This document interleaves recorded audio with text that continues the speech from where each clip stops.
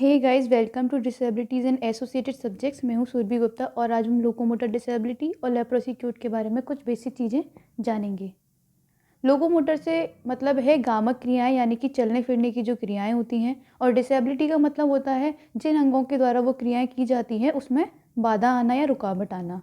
जैसा कि इसमें लिखा भी गया है कि लोकोमोटर डिसेबिलिटी को बोन्स, जॉइंट्स और मसल्स की डिसेबिलिटी कहा गया है, जो कि हमारी लिम्स यानी कि जो हमारे हाथ पैर होते हैं उनके मूवमेंट्स में रेस्ट्रिक्शन लाता है, यानी कि उसमें कमी लाता है, उसमें बाधा लाता है, जो कि हमारे चलने फिरने, चीज़ों को पकड़ने या उठाने में प्रॉब्लम क्रिएट करती है।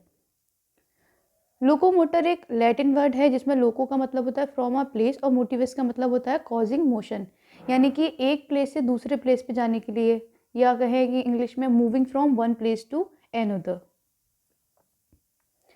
कॉजेज प्राइमरी 3 ही मेन कॉजेज होते हैं मोस्टली डिसेबिलिटी में। उसके अंतर्गत चीज़ें आती हैं जो भी उसके लिए रेस्पॉन्सिबल होती हैं। प्री नेटल का मतलब होता है जन्म से पूर्व, नेटल मतलब जन्म के दौरान, और पोस्ट नेटल का मतलब होता है जन्म के बाद।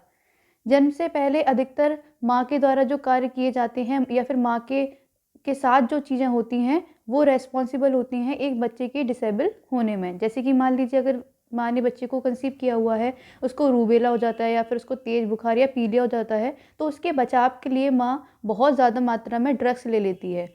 दूसरा कहे तो माँ अगर नशीले पदार्थों जैसे स्मोकिंग करती है या ड्रिंकिंग करती है या गांजा वगैरह वो अगर लेती है, नशीले पदार्थों का सेवन करती है, या कहे कि पौष्टिक आहार नहीं मिलता उसको या संतुलित आहार वो नहीं लेती है, अत्यधिक मात्रा में एक्सरे कराने या सोनोग्राफी कराने से भी बच्चे डिसेबल हो सकते हैं।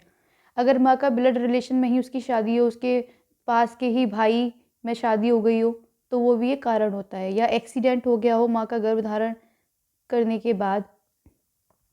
गर्भधारण के जो प्रथम 3 महीने होते हैं उसमें अगर माँ को कोई संक्रामक रोग हो गया हो, जैसे टाइफाइड वगैरह हो गया हो, इसके साथ साथ अगर लंबे समय तक गर्भ निरोधक दवाइयों का माँ सेवन कर रही हो, तो ये भी एक बहुत बड़ा रीज़न होता है बच्चे के डिसेबल होने का। नेटल की बात करें तो जैसे कि जन्म के दौरान अगर बच्चे को ऑक्सीजन की कमी हो गई, या डॉक्टर के किसी टूल के द्वारा बच्चे के हेड पर अगर चोट लग गई, जिससे कि बच्चे की किसी नस दब गई या कुछ ऐसी बात हो गई जो उसकी फिजिकल मूवमेंट को कंट्रोल करता है, तो बच्चा डिसेबल हो सकता है। अगर जो कॉर्ड होती है वो उसका फंस जाना बच्चे के गले में, या वैक्यूम डिलीवरी होना। वैक्यूम डिलीवरी आपने देखा होगा 3 इडियट्स में जो दिखाई गई थी, उसमें हो सकता है कि बच्चे की कोई नस, क्योंकि बच्चा बहुत नाजुक होता है उस समय, तो उसकी कोई नस दब जाए, क्योंकि हमारे माइंड से ही हमारी फिजिक्स कंट्रोल होती है। अगर बच्चे का लो वेट है जन्म के समय, 2.5 kg से कम है, या उसका नीला शरीर पड़ जाता है, तो ये कुछ कारण होते हैं जिससे कि कह सकते हैं कि बच्चा हमारा डिसेबल हो सकता है। जन्म के समय माँ का किसी बीमारी से ग्रसित होना, जन्म जैसे टाइफाइड, रूबेला, जो भी मैंने बताया आपको, पीलिया। उसके बाद अगर बच्चा टाइम से पहले 9 माह से पहले हो जाता है। पोस्ट नेटल की बात करें तो अगर बच्चे को टाइम टू टाइम टीकाकरण नहीं कराया, जैसे कि पोलियो एक ऐसी बीमारी है जिसका टीका कराया जाता है बच्चों को बचपन से ही। उसके बाद अगर एक्सीडेंट हो जाता है या बच्चे को जन्म के बाद बहुत तेज़ बुखार आ जाता है, जिसको सही करने के लिए बच्चा ड्रग्स, दवाइयाँ लेता है बहुत ज़्यादा मात्रा में।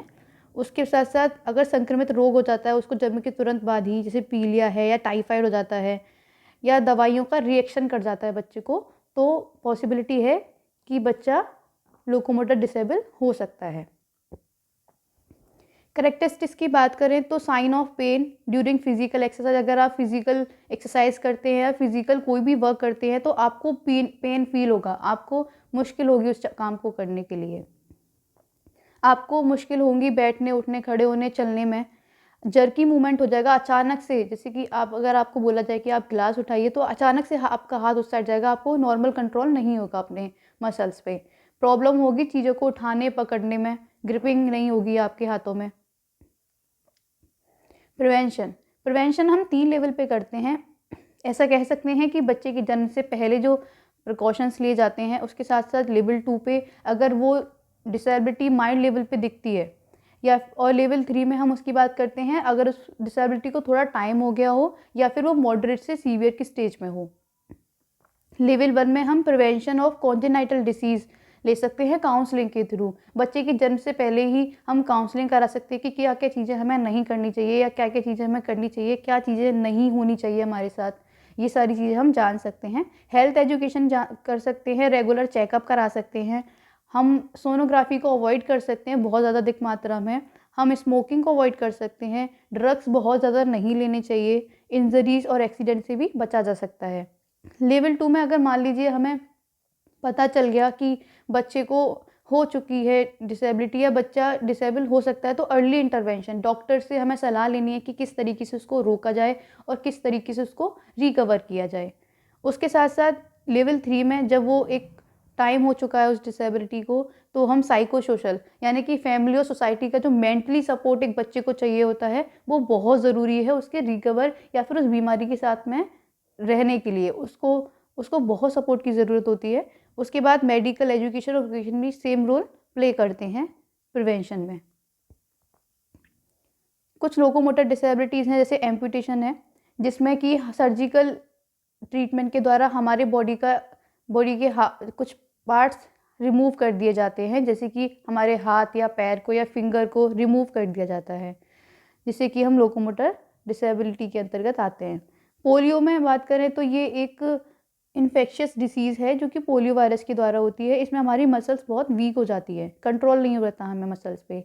स्पाइनो बाइफिडा में जो हमारी स्पाइन होती है, जो स्पाइनल कॉर्ड होती है, वो प्रॉपरली फॉर्म नहीं हो पाती। इसके अपने अलग टाइप होते हैं। मस्कुलर डिस्ट्रॉफी एक बहुत सीरियस डिसीज़ है, जिसमें कि हमें डिसेबिलिटी है, जिसमें कि हमें जो हमारी मसल्स होती हैं वो ओवर द टाइम बहुत ज़्यादा वीक हो जाती हैं, धीरे धीरे करके वो बहुत सीवियर स्टेज पे पहुंच जाती है, माइल्ड टू सीवियर। पैरालिसिस, ड्रॉफिज्म को हम बौनापन कहते हैं। लेप्रोसी अब मैंने आगे वर्ड लेप्रोसी क्योर्ड लिखा हुआ है, जिसमें पीडब्ल्यूडी एक्ट में जिसकी बात की गई है। लेप्रोसी क्योर्ड का मतलब है जिनको लेप्रोसी एक वक्त पे थी पर आज वो उससे रिकवर कर चुके हैं, वो सही हो चुकी है। लेप्रोसी हमेशा मोस्टली हमारे स्किन को हार्म पहुंचाती है और वो हार्म परमानेंट होता है, यानी कि एक वक्त पे थी, उनको बॉडी पे हार्म हुआ, उसके बाद उसको सही कर दिया गया, तो वो पर्सन पीडब्ल्यूडी एक्ट के अंतर्गत आते हैं। लेप्रोसी को हैंसन डिसीज़ भी कहा जाता है, जिसने इसको इन्वेंट किया था उसके नाम पर।